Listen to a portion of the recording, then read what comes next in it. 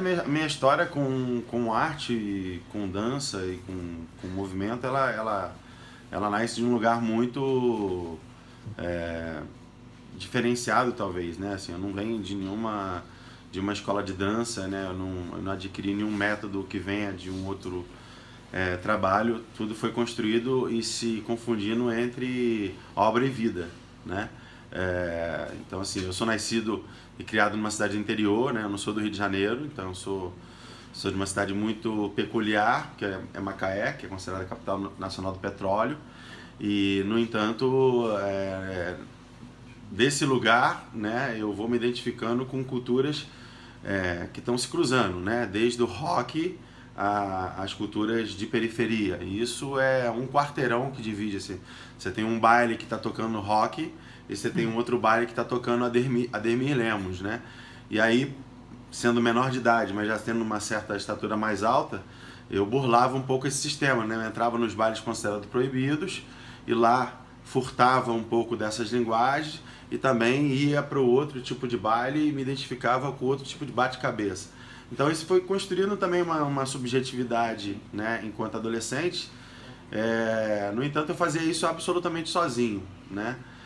Depois de um longo tempo, né, passado entre universidade, capital, voltar nesse trânsito, né, que eu entendi que havia ali uma memória que eu queria explorar. Mas logo isso confunde né, se confunde quando eu digo assim, acontecem outros eventos como um acidente de carro, né, que me deixa 2 anos até voltar a andar. Então a minha forma de criação muda, né, eu começo a criar um pouco esses mapas cerebrais que não são eu fazendo o movimento como era antes ou demonstrando o movimento, e sim pedindo que alguém pudesse ler o movimento que estava na minha cabeça.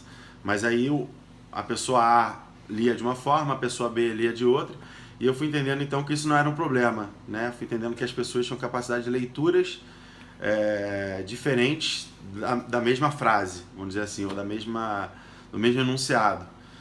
Logo depois, então, eu vou trabalhar diretamente com pessoas com deficiência e daí, na verdade, surge os dois movimentos que vão dar, vamos dizer assim, norte a tudo que eu vou produzir, né? Por um lado, um movimento que está na diversidade, né, que eu começo a trabalhar com pessoas com formações muito diferentes e formações híbridas mesmo, não formações necessariamente de quem passa por uma academia, formações de vida, né, formação de discurso.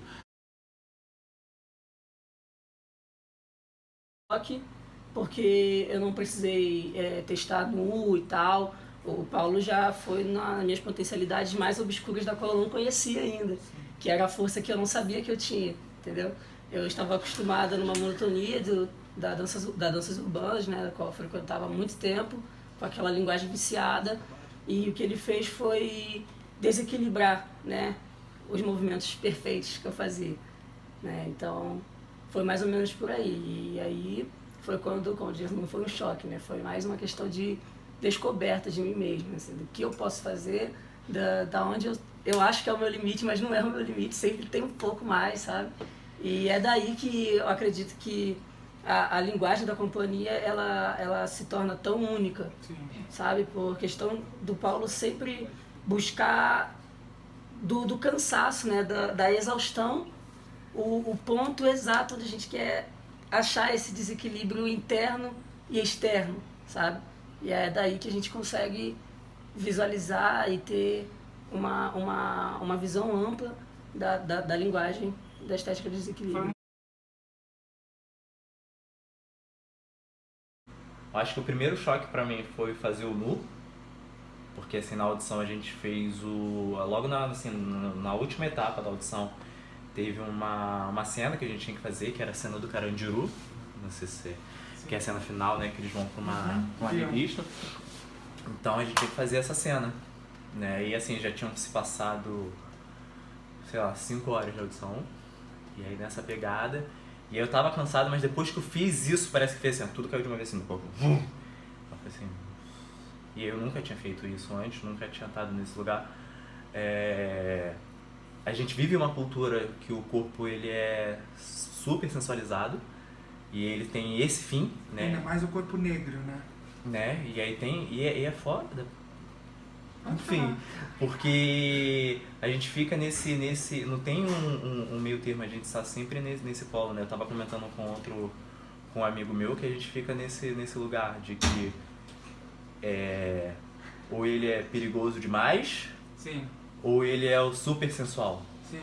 E aí, onde que tá esse lugar, né? Onde que você se encontra, onde você encontra o seu poder de fala, né? Onde você encontra essa brecha nesse muro para você conseguir, e aí é o que o mod vai falar muito, conseguir desequilibrar essa estética que já tá, tipo, que nos é estigmatizada.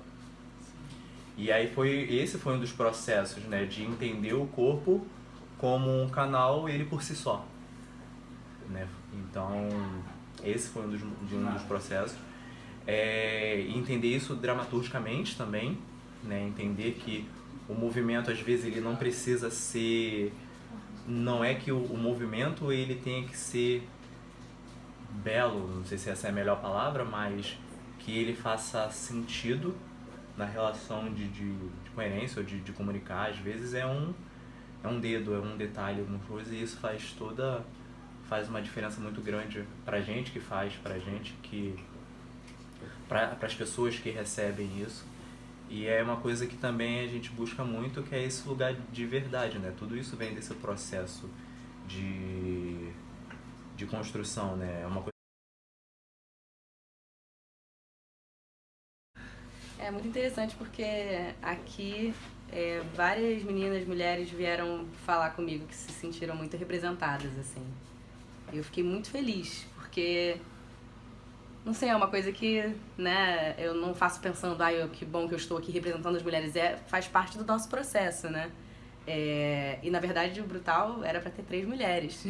A gente foi construindo e percebeu que na verdade eu que ia levar isso tudo mesmo por mim, o Paulo, a Paula juntos. Mas não foi uma escolha do Paulo, vamos ter menos mulheres na companhia. Não, vai ter só você. Uma coisa que a gente também estava aberta para que acontecesse, né? De ter outras mulheres representando, né? No lugar. Mas eu acho que desde o começo eu sempre me dei muito bem com a galera. Eu nunca me senti invadida, eu sempre fui muito respeitada. Acho que isso porque a gente sempre teve esse ambiente harmonioso, né? Vindo da direção, vindo da técnica, vindo de todo mundo. E nem todo mundo era amigo antes, na verdade poucos eram próximos. Eu conhecia pouca gente de vista, né? Aquela pessoa de tal lugar, tal de onde. Mas foi... Eu, ao mesmo tempo que eu sei que não é uma coisa completamente pensada de tipo, vou ser eu representando todo mundo, eu sei o tamanho do poder que isso tem, assim. Então eu fico muito feliz de poder estar ali, sabe? E é muito forte pra mim quando alguém fala pra mim que tá se sentindo representada, porque quando eu vejo em outras companhias e com a força que eu espero que eu esteja conseguindo passar, eu admiro, eu fico feliz por estar. Maravilhosa. Obrigada. Obrigada. Numa companhia eu vou descobrir um movimento de queda e na outra vai começar a instalar um movimento de desequilíbrio, né? Nessa instituição tinham muitas pessoas que, por ter deficiência visual, tinham vários tipos de desequilíbrio, e um grande amigo me chama a primeira atenção, né? Isso eu tinha 18 anos de idade, mais ou menos. Fala assim, o desequilíbrio pode ser o seu melhor movimento, mas eu não captei o que ele quis dizer com isso, né? Então, na verdade, eu comecei a trabalhar com a queda, porque, na verdade, a galera que estava chegando, como eu disse, é uma galera que não vinha de nenhuma formação, e como, né, se a gente pensar 20 anos atrás, né, a internet ainda era ruído, né? Então não tinha os vídeos para você copiar como era hoje. Então às vezes você via um vídeo na MTV e você registrava aquilo que você viu naquele segundo e tinha que torcer para o videoclipe passar em algum momento de novo, né? Então, às vezes esse recorte de movimento é o que você tentava muitas vezes reproduzir. E como ninguém tinha nenhuma base, essas pessoas tentavam fazer o movimento e caíam, né? Então eu percebi que essa forma deles caírem é que passou a ser a pesquisa, não que eles tentavam fazer com o movimento, mas a própria queda. Então foi um estudo, o primeiro estudo foi todo em cima de queda, de vetorizar essas quedas, como que é isso, estudar esse movimento. Então isso formou uma linguagem. Esse primeiro ciclo, ele vai de 99 até 2011, né? E ele se desenvolve praticamente todo em Macaé, e esse trabalho ele roda o mundo. Em 2012 eu sou aprovado no concurso de doutorado e passo a ter minha vida mais no Rio de Janeiro. E já nesse processo no Rio de Janeiro, pesquisando, né, o processo do doutorado e revivendo um pouco a memória anterior do trabalho que foi desenvolvido em Macaé, eu entendo que havia uma necessidade de voltar para uma pesquisa que tinha sido desenvolvida em cima de corpo e violência. No entanto, o tempo tinha passado, né? Então o contexto era outro.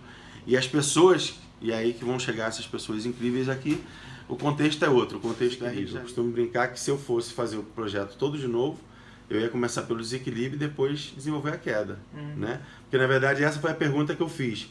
O que vem antes da queda, né? Já que a queda foi o primeiro motor, eu perguntei o que vem antes da queda. E a resposta que eu me dei foi o desequilíbrio. Então, só que essa pesquisa de desequilíbrio, ela começa a ser organizada em várias etapas. Ela parte de uma fisicalidade, uma sensação que esse desequilíbrio gera, e aí ela vai avançando para outros estágios, né? Ela vai avançando para um estágio de ideia, no plano das ideias, vai avançando para um estágio de moral, discutir a questão da aparência como lugares que desequilibram uma aparência considerada perfeita, um tipo de corpo considerado ideal, né? E o que produz, né? O que isso produz? Que tipo de economia de corpos se produz, né? Então, já entrando na linguagem desses dois espetáculos, a gente vem investigando o que esse desequilíbrio gera, além da própria repercussão do movimento, né? E aí, no momento maior de reflexão, o que a gente percebe é que a gente foi enganado, né? A gente foi enganado porque o equilíbrio não gera porra nenhuma, né? Ou seja, se você está em equilíbrio, você está morto, né? Se a gente pegar um gráfico de um batimento cardíaco, né?